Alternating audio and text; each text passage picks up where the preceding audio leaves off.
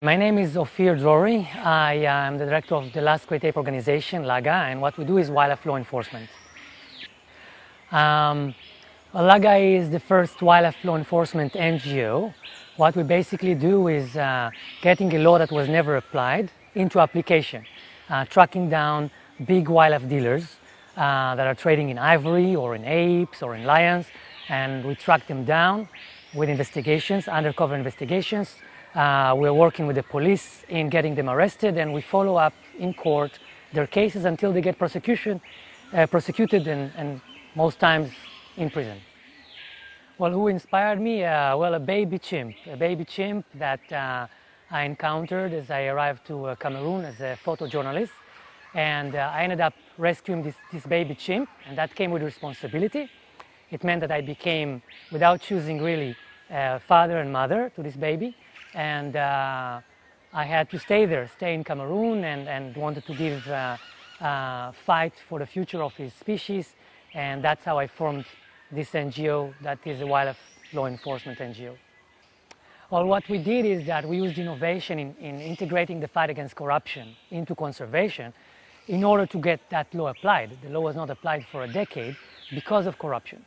So we had to find ways to fight corruption to get the law applied.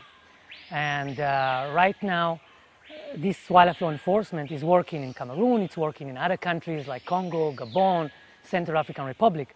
What we really want to have is more countries taking this kind of model, this kind of approach.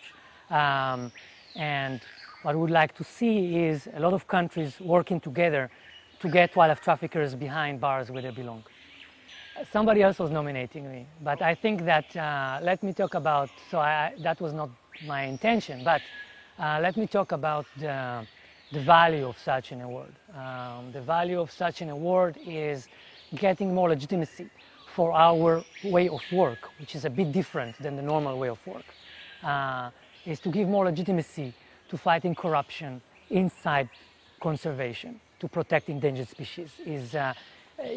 We hope to use this legitimacy to push more African governments to work with us in partnership and actually fight corruption in the courts, fight corruption in the police forces, and fight to get those dealers behind bars.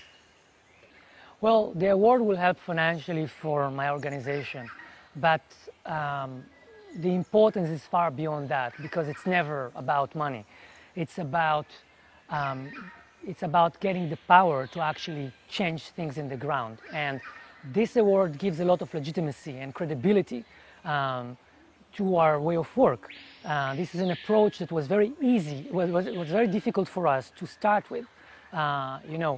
It's very easy to do more conferences and workshops and educate children. But when it comes to the hard stuff, actually protecting species is conflict. It means fighting for it. It means fighting an enemy that is in front of you, not an easy enemy to fight. That needs not just courage, it needs a lot of backing.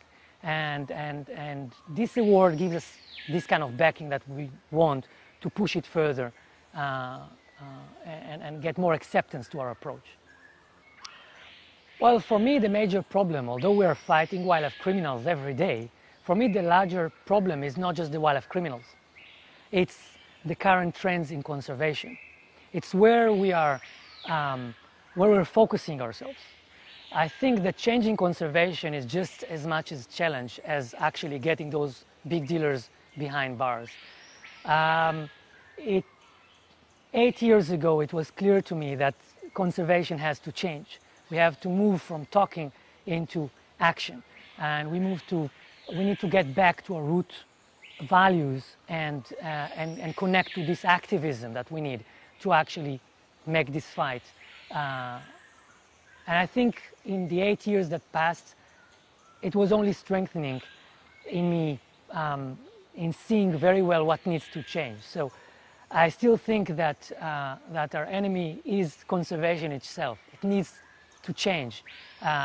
We do what we do not just to protect the specific species in each country. We do what we do because we wanted to show the way that you can do things differently, and we want conservation to move more in this direction. I'm quite certain that in 20 years from now I'll be doing the same things that I'm doing right now. but we grow, you know, conservation is a starting point for us for activism in a much more general way. So the same fights that we have in fighting corruption in conservation, we have for many different issues. Hopefully over the years we will learn better of how to foster local activism, how to engage people in changing the realities in their country, not just in conservation. So hopefully in 20 years from now, we'll be doing things in many more countries in Africa, and we'll be doing many more things than conservation. And hopefully I'll be still doing the same things that I'm doing, but in a maybe more powerful and more effective way.